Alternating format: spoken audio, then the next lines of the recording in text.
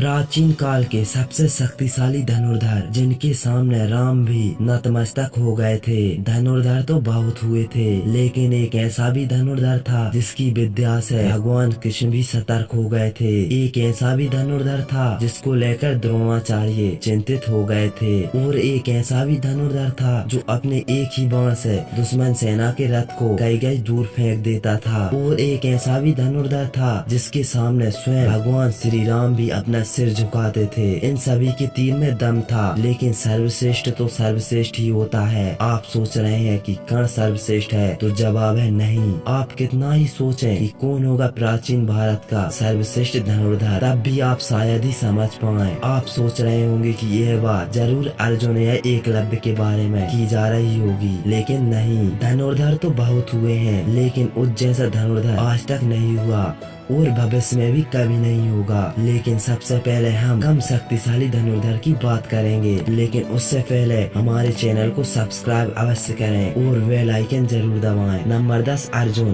5 पांडवों में से एक अर्जुन की धनुष विद्या थी जग प्रसिद्ध। गुरु द्रोण के श्रेष्ठ शिष्यों में से एक थे अर्जुन। द्रोण ने अर्जुन को धनुष सिखाते वक्त वचन दिया था कि तुमसे श्रेष्ठ इस संसार में कोई धनुर्धर नहीं होगा। अर्जुन के धनुष की टंकार से पूरा युद्ध गूंज उठता था। रथ पर सवार कृष्ण और अर्जुन को देखने के लिए देवता भी स्वर्ग से उतर गए थे, लेकिन अर्जुन से भी श्रेष्ठ कोई था जिसे दुनिया अर्जुन से श्रेष्ठ मानती है। नंबर 9 एकलव्य। गुरु द्रोण की मूर्ति बनाकर मूर्ति के समक्ष एकलव्य ने धनुष विद्या सीखी थी। गुरु द्रोण को जब इस बात का पता चला कि एकलव्य अर्जुन से भी श्रेष्ठ धनुष बाण चलाना सीख गया है, तो उन्होंने एकलव्य से पूछा, तुमने ये विद्या कहाँ से सीखी? इस पर एकलव्य ने कहा, गुरुवर, मैंने आपको ही गुरु मानकर आपकी मूर्ति के समक्ष यह विद्या को हासिल किया था। इस पर द्रोण ने कहा कि तब तो हम गुरु दक्षिणा के हकदार हैं। एकलव्य यह सुनकर प्रसन्न हो गया और कहने लगा, मांगिए गुरुदेव, क्या चाहिए? द्रोण ने कहा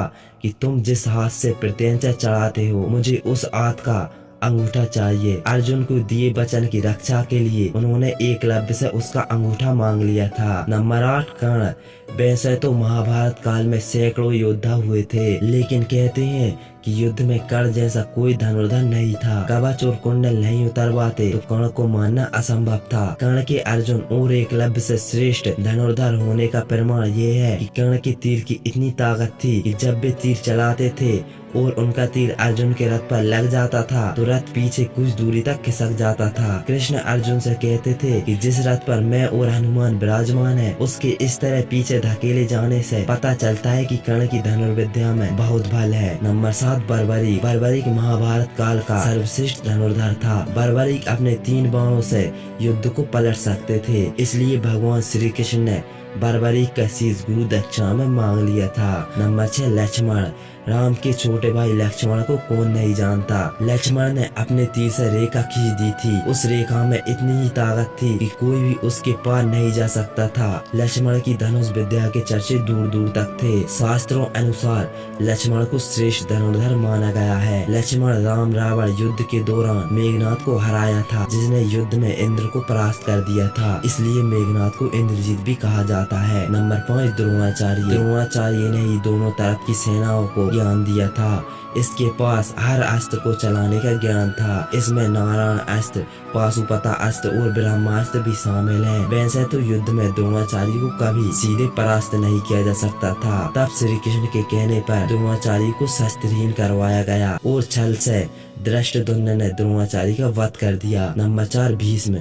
महाभारत के युद्ध में भीष्म को हराना असंभव था। भीष्म को वरदान मिला था कि उनकी जान उनकी इच्छा के विरुद्ध नहीं ली जा सकती थी। 10 दिनों तक युद्ध में पांडव भी समझ चुके थे कि भीष्म को हराना असंभव है। कहते हैं कि भीष्म ने महर्षि परशुराम को भी हराया था, जो कि विष्णु के अवतार थे। तब शिखंडी को आगे कर अर्जुन ने भीष्म पर सैकड़ों बाण मारे और भीषण तीरों के बिस्तर पर फंस गए। तब उनकी मर्जी से उन्होंने अपनी देह त्याग दी। नंबर 3 भगवान श्री कृष्ण। भगवान श्री कृष्ण सर्वश्रेष्ठ धनुर्धर थे। यह बात तब पता चली जब उन्होंने लक्ष्मण को प्राप्त करने के लिए स्वयंवर की धनुष प्रतियोगिता में भाग लिया था। इस प्रतियोगिता प्रतियोगिता में कर्ण, अर्जुन और अन्य कई सर्वश्रेष्ठ धनुर्धर थे। द्रौपदी स्वयंवर से कहीं कठिन थी लक्ष्मण स्वयंवर की प्रतियोगिता। भगवान श्री कृष्ण ने सभी धनुर्धर को पछाड़कर लक्ष्मण से विवाह किया था। श्री कृष्ण के धनुष का नाम सारंग था। नंबर 2, भगवान श्री राम। एक बार समुद्र पार करने पर कोई मार्ग नहीं समझ में आया तो भगवान श्री राम ने समुद्र को अपना तीर से सुखाने की सोची और उन्होंने तरकस में अपना तीर निकाला ही था और प्रत्यंचा पर चढ़ाया ही था कि समुद्र के देवता प्रकट हो गए और उसने प्रार्थना करने लगे थे। भगवान श्री कृष्ण को सर्वश्रेष्ठ धनुर्धर माना जाता है। हालांकि उन्होंने अपने धनुष और बाण का उपयोग बहुत मुश्किल वक्त में ही किया था। नंबर 1, भगवान शंकर। संपूर्ण धर्म, योग और विद्याओं की शुरुआत भगवान शंकर से होती है और उसका अंत भी उन्हीं पर होता है। भगवान शंकर ने इस धनुष से त्रिपुरासुर को मारा था। त्रिपुरासुर अर्थात 3 महाशक्तिशाली और ब्रह्मा से अमरता का वरदान प्राप्त असुर थे। शिव ने जिस धनुष को बनाया था उसकी टंकार से ही बादल फट जाते थे और पर्वत हिलने लगते थे। ऐसा लगता था मानो भूकंप आ गया हो। यह धनुष बहुत ही शक्तिशाली था। इसी के एक तीर से त्रिपुरासुर की तीनों नगरियों को ध्वस्त कर दिया गया था। इस धनुष का नाम पिनाक था। देवी और देवताओं के काल की समाप्ति के बाद इस धनुष को देवराज को सौंप दिया गया था। वीडियो पसंद आई हो तो लाइक अवश्य करें।